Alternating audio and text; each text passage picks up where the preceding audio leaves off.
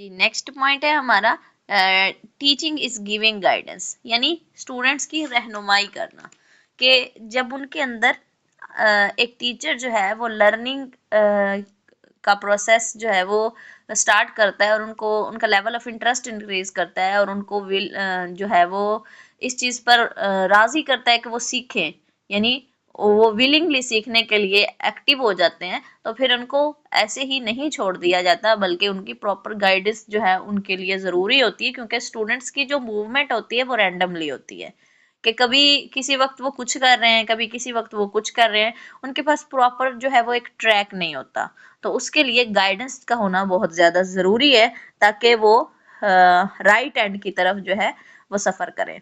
तो फिर बैक वक्त जो है वो बहुत सारी, जब उनको गाइड किया जा रहा है तो वो एक वक्त में बहुत सारी जो एक्टिविटीज़ हैं उनको लर्न कर रहे होते हैं, और अपने इन्वायरमेंट से भी वो गाइडेंस ले रहे होते हैं, टीचर की तरफ से भी गाइडेंस मिल रही है, तो उनका जो एक ट्रैक है वो सेट हो जाता है। उसके बाद है लीड्स टू चाइल्ड्स डेवलपमेंट।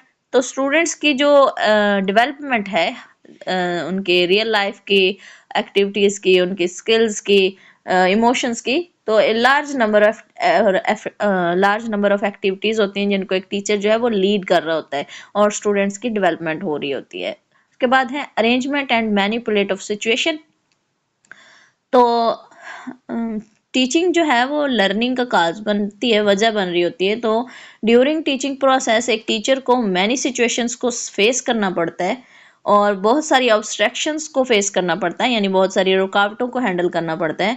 तो उसके लिए ज़रूरी है कि एक टीचर जो है वो अपने सिचुएशंस को इस तरह से अरेंज करे या मैनिपुलेट करे कि वो तमाम किस्म के जो इश्यूज़ हैं उनको हैंडल कर सके, उन पर ओवरकम कर सके। तो ये एक टीचर की जो है वो कह लें स्किल होती है कि वो किस तरह से मैनिपुलेट करके सिचुएशंस को, इश्यूज पर ओवरकम करता है।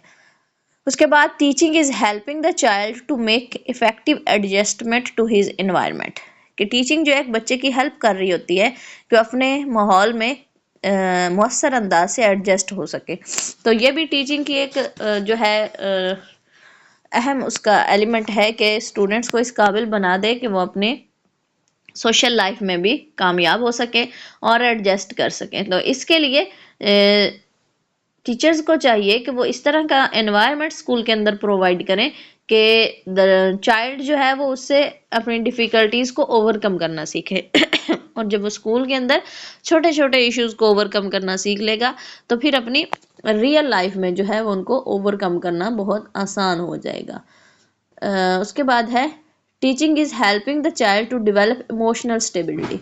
के जो उसके इमोशन की स्टेबिलिटी है वो बहुत ज़्यादा ज़रूरी है और टीचिंग इसमें बहुत ज़्यादा हेल्प करती है। अब बहुत से स्टूडेंट्स ऐसे होते हैं जो क्लास में कुछ स्टूडेंट्स एग्रेसिव हैं, कुछ शाय हैं, और जो एग्रेसिव स्टूडेंट्स हैं उनको भी टीचिंग के ज़रिए उनके इमोशन को स्टेबल करके नॉर्मल कंडीशन पर लाया जा सकता है। और इसी तरह जो शाय स्टूडेंट्स हैं उनको भी उनके अंदर लेवल ऑफ कॉन्फिडेंस जो है वो बिल्ड करके, तो उनको इस काबिल बनाया जा सकता है कि वो कॉन्फिडेंटली बातचीत कर सके। तो टीचिंग जो है इसका बहुत बड़ा किरदार है स्टूडेंट्स को उनके इमोशन को स्टेबल करने में। तो अगर स्टूडेंट्स के इमोशंस जो हैं वो स्टेबल नहीं हो पा रहे, तो फिर वो टीचिंग प्रोसेस जो है वो इनकम्प्लीट है, नाकाफ़ी है और उसको मॉडिफाई करने की ज़रूरत है। तो teacher should have encouraging and sympathetic attitude towards the his people. यानी टीचर का जो रवैया है वो हमदर्दाना होना चाहिए बच्चों के साथ, बहुत ज़्यादा जो स्ट्रिक्ट ना हो, अग्रेसिव ना हो, ताकि स्टूडेंट्स जो है वो खौफ ना खाएं बल्कि फ्रेंडली इन्वायरमेंट के अंदर सीख पाएँ और उनके जो इमोशंस हैं वो स्टेबल रहें। नेक्स्ट है अच्छा, उसके बाद इन शॉर्ट मुख्तसर तौर पर हम ये कह सकते हैं कि teaching is a process of imparting knowledge, motivating and guiding the peoples to learn through their own activities, training their emotions and developing their powers and capacities so that they are able to make effective adjustment to their environment and be better prepared for successful social participation। यानी कि teaching जो है वो knowledge पहुंचाने का, impart करने का एक ज़रिया है, स्टूडेंट को मोटिवेट करना, फिर गाइड करना और उनके लर्निंग एक्टिविटीज़ और उनकी ट्रेनिंग और उनमें इमोशंस की स्टेबिलिटी और उनके हर किस्म की जो डेवलपमेंट है, ग्रोथ है, उनकी नीड्स और कैपेसिटीज के मुताबिक उन्हें लेकर उस ट्रैक पर चलाना और उन्हें गाइड करना, ये तमाम तर जो है वो चीज़ें टीचिंग के अंदर शामिल हैं। उसके बाद टीचिंग जो है वो एक प्रोफेशनल एक्ट है, यानी कि teaching is a profession and act of teaching is an professional activity, कि ये एक पेशा वराना जो है वो सरगर्मी है।